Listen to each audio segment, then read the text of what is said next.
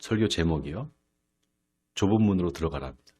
한번 따라해 볼까요? 좁은 문으로 들어가라. 예수님께서 이 땅에 오셔서 공생애를 시작하실 때 제일 먼저 하신 말씀이 있어요.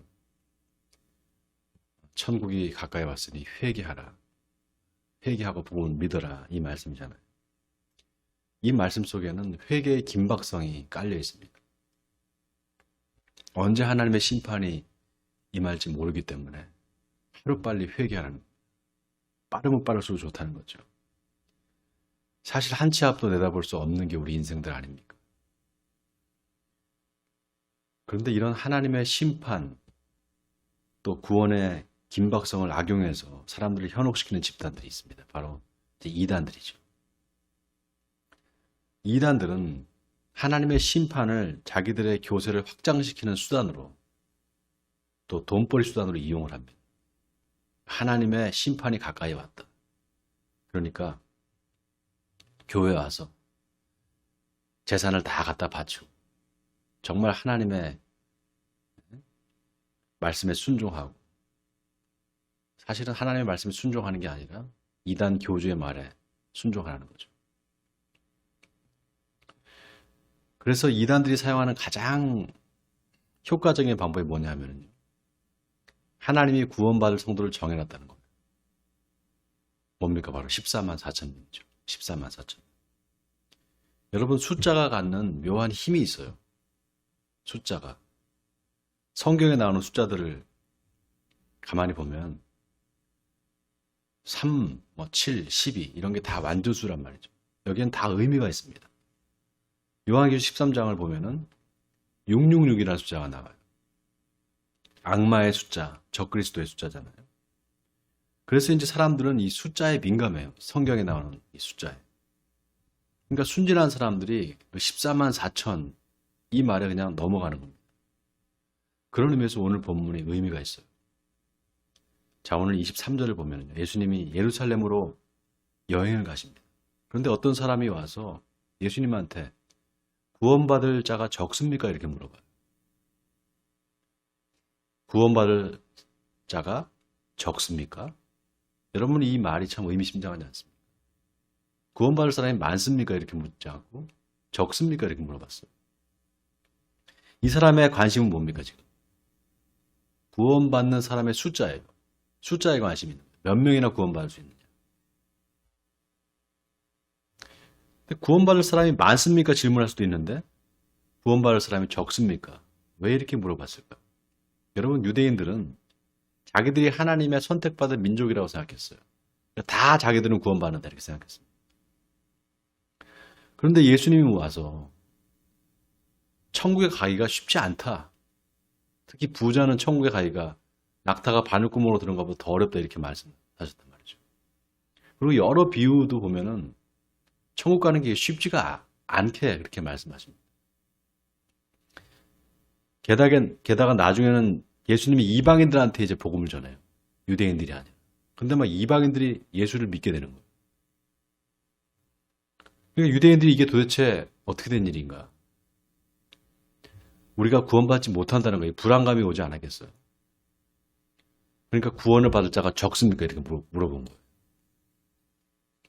그런데 예수님이 그 사람의 질문에 직접 답을 하지 않습니다. 그리고 마치 동문서답하듯이 좁은 문으로 들어가기를 힘쓰라 이렇게 말합니다. 좁은 문으로 들어가기를 힘쓰라. 왜 이렇게 말씀하셨을까? 구원받을 사람의 숫자가 문제가 아니라 더 급하고 중요한 문제가 있다는 거예요. 그게 뭐냐? 바로 좁은 문으로 들어가기를 힘쓰라는 겁니다. 언제 힘써야 되느냐? 지금이라는 거예요, 지금. 구원받을 게 미래의 일이라면 좁은 문으로 들어가기를 힘쓰라는 거는 현재의 일이에요, 현재의 일. 그러니까 얼마나 많은 사람이 구원을 받게 될까? 숫자가 중요한 게 아니다. 구원을 얻기 위해서 지금 네가 뭘 하고 있느냐? 이게 더 중요하다는 겁니다. 자, 본문 24절과 25절을 우리 한번 한 목소리 읽어볼까요? 24절, 25절입니다. 시작. 좁은 문으로 들어가기를 힘쓰라. 내가 너에게 이르노니 들어가기를 구하여도 못하는 자가 많으리라. 집주인이 일어나 문을 한번 닫은 후에 너희가 밖에 서서 문을 두드리며 주여 열어주소서 하면 그가 대답하여 이르되 나는 너희가 어디에서 온 자인지 알지 못하노라 하리라. 자, 여기 집주인은 누굽니까? 집주인 하나님이죠. 그리고 주인이 닫아버린 문은 천국으로 들어가는 문이라고 할 수 있겠죠. 그러면 닫힌 천국문 앞에서 거절당한 사람들은 누굽니까? 바로 하나님을 믿는 유대인들이에요. 지금 이 유대인들한테 이 말을 하는 거잖아요. 자, 이 비유의 말씀을 예수님께서 하셨는데 여기서 예수님이 강조하는 건 두 가지입니다. 첫째는 천국문 앞에서 거절당한 사람들이 직면하게 될 절망적인 상황입니다. 자, 24절을 보세요. 들어가기를 구하여도 못하는 자가 많으리라. 또 거기서 슬피 울며 이를 갈리라. 여러분, 이게 다 무슨 말입니까? 거절당한 사람들이 문 앞에서 겪게 될 절망입니다. 엄청난 절망과 낙심이죠. 둘째는 그렇다면 구원을 받기 위해 뭔가를 해야 되는데 문제는 그 시간이 마냥 주어진 게 아니라는 거예요. 다시 말해서 너희가 구원을 받으려면 지금 여기서 구원받을 일을 해야 된다는 겁니다. 그 일이 뭐냐? 바로 좁은 문으로 들어가기를 힘써야 된다. 그러면 구체적으로 좁은 문은 또 뭐고 좁은 문으로 들어가기를 힘쓰라는 건 뭔가? 이거를 성경이 정확하게 말을 해주지 않아요. 성경이 여기에 대한 정확한 언급이 없습니다. 다만 한 가지 확실한 거는 좁은 문이나 좁은 문으로 들어가기를 힘쓰는 것이 분명히 하나님과의 인격적인 만남과 연결되어 있다는 사실이에요. 그 증거가요. 그 다음 본문 25절과 26절을 보세요. 사람들이 와서 닫힌 문을 두드리면서 주님, 우리가 주님 앞에서 먹고 마셨고 또한 주님은 우리의 길에서 가르치셨나이다 이렇게 고백을 하죠. 그런데 집주인이 나와서 내가 너희가 도무지 어디서 왔는지 알지 못한다 이래요. 이 말은 무슨 말입니까? 결국 집주인은 한 번도 너희를 만난 적이 없다 이 말입니다. 한 번도 본 적이 없다는 거예요. 다시 말해서 인격적인 만남이 없었다라는 거죠. 제가 설교 중에 예화를 잘 안 쓰잖아요. 오늘 좀 제가 예화를 할게요. 제가 아내와 결혼을 하고 이제 몇 년 지났을 텐데, 한 2년 지났나? TV에 배용준이, 여러분 배용준 아시죠? 배용준. 배용준이 나오는 드라마가 있었어요. 제목이 우리가 정말 사랑했을까? 여러분 보셨어요? 혹시? 우리가 정말 사랑했을까? 거기 윤소나도 나오고 뭐 김혜수 나오고 그런 드라마였는데 저희 집사람이 그 드라마를 보고 아주 배용준한테 홀딱 반해가지고 배용준을 아주 좋아했어요. 근데 우연히 배용준이 일산에 온 거예요. 일산에서 촬영을 하는 거예요. 드라마 촬영을. 그거를 우리가 정말 사랑했을까를. 제가 이렇게 일산에 어디 이렇게 앉아 있었는데 배용준이가 오고 그다음에 김혜수가 와서 막 이제 그 카메라가 막 계속 막 찍는 거예요. 근데 제가 마침 거기 있었어요. 그래서 제가 이제 집사람한테 전화를 했죠. 여기 배용준이가 왔다고. 그랬더니 이 사람이 막 흥분해서 난리가 났어요. 어머 어머 그러면서 막 오겠다 그러더라고. 그래서 오라고. 근데 아쉽게도 금방 그냥 촬영을 하고 가버린 거예요. 그러니까 집사람이 왔을 때는 벌써 이제 다 끝났어요. 이 사람이 와서 막 울먹거리는 거예요. 그러면서 어떻게 배용준이 그럴 수가 있냐고. 배용준이 어떻게 그럴 수가 이렇게 쉽게 가버릴 수가 있냐고. 제가 그랬어요. 당신은 배용준을 알지 몰라도 배용준은 당신을 모른다. 당신의 존재 자체를 모른다. 이거 당연한 거 아니냐. 저는 위로해 주려고 그랬는데 더 아마 그게 화가 났던 것 같아요. 그런데 그러고 나서 한참 지나는데 이제 그것도 한 7, 8년 된 것 같아요. 그죠? 별에서 온 그대? 별에서 온 그대라는 영화 드라마 보셨어요? 김수현 나오는. 김수현하고 전지현 나오는. 아니 드라마 좀 보세요. 별에서 온 그대라는 드라마가 있었는데 그게 아주 엄청난 히트를 쳤는데 거기 이제 남자 배우가 김수현인데 잘생겼잖아요. 김수현하고 전지현하고 이제 뽀뽀하는 씬이 나와요. 이번에는 제 딸이, 우리 이내가 막 소리를 지르면서 어떻게 그럴 수가 있냐는 거예요. 김수현이. 그래서 제가 자기를 놔두고 어떻게 그럴 수가 있냐. 그래서 제가 하도 기가 막혀갖고 제가 뭐라 그럴게요. 이내야, 너는 김수현을 잘 아는지 몰라. 김수현은 너를 모른다. 너의 존재를 모른다. 여러분 지금 웃으셨잖아요. 근데 이게 우리가 성경을 가만히 보면 이게 웃을 일이 아니에요. 닫힌 문 앞에서 문을 두드리면서 나를 좀 들어가게 해달라고 하는데 하나님이 나는 너를 도무지 모른다. 이렇게 하면 어떻게 되겠습니까? 아주 심각한 문제잖아요.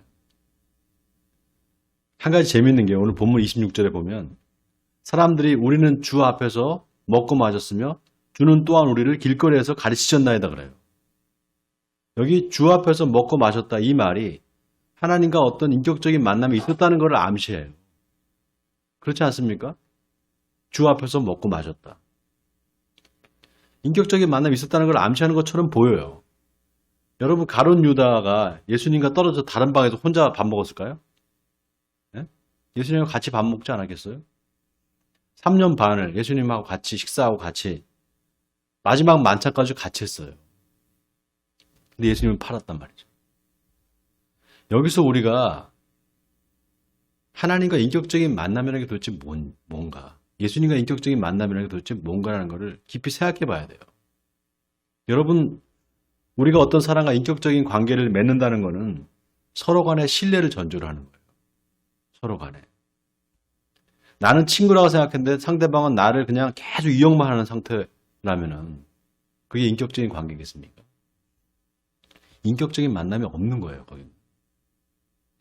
예수님과 함께 먹고 마셨다고 해서 다 예수님의 제자가 아니었던 것처럼 그 중에 가룟 유다는 예수님 판 그런 막이었던 것처럼 우리가 하나님과 인격적인 만남을 갖는다는 것은 주님과 우리가 서로 신뢰 관계 안에 있다는 것을 말하는 겁니다. 또 한 가지 예수님의 비유에서 우리가 깨달아야 할 게 있어요. 닫힌 문 앞에서 문을 열어달라고 하는 사람들이 집주인한테 주님이 또 우리를 길거리에서 가르치지 않았습니까? 라고 항변을 해요. 길거리에서 가르치지 않았습니까? 근데 재밌는 게 이 헬라어 원문 보면은요, 이 부분이 우리의 길거리라고 나와 있어요. 우리의 길거리. 그냥 길거리가 아니라 우리의 길거리. 현대인의 성경을 보면은 우리 동네 길거리로 나와 있습니다. 여러분, 이게 무슨 말인가 하면은 사람들이 지금 자기들이 늘 다니는 큰 길, 자기들이 늘 사는 동네에서 예수님의 가르침을 들었다는 거예요. 그런데 듣기는 들었는데 여전히 자신들의 방식대로 살아온 삶을 바꾸지 않았다는 그런 의미입니다. 우리들의 길거리, 우리의 길거리에서 들었다. 이 말이 그 뜻이에요. 여전히 자신들의 삶의 방식을 바꾸지 않으면서 자신의 방법대로 살아가면서 듣긴 들었다는 겁니다. 그런 의미에서 좁은 문이나 좁은 문으로 들어가기를 힘쓰라는 것은 하나님과의 인격적인 만남이 전제되어 있어야 하지만 그 만남이라는 것이 반드시 하나님과 나와의 신뢰를 전제로 해야 하고 또 그 만남은 내 방식이 아니라 하나님의 방식대로 이루어져야 된다. 여러분 아멘입니까? 내 방식이 아니라 하나님의 방식대로 그 만남이 이루어져야 된다 이 말이에요. 다시 말해서 우리가 하나님을 인격적으로 만났다는 것은 내가 하나님을 믿고 신뢰하는 것처럼 하나님도 나를 아시고 나를 신뢰하는 그 단계까지 갔다는 걸 의미하는 겁니다. 그래서 도대체 그러면 좁은 문으로 들어가기 힘쓰라는 게 도대체 뭔가?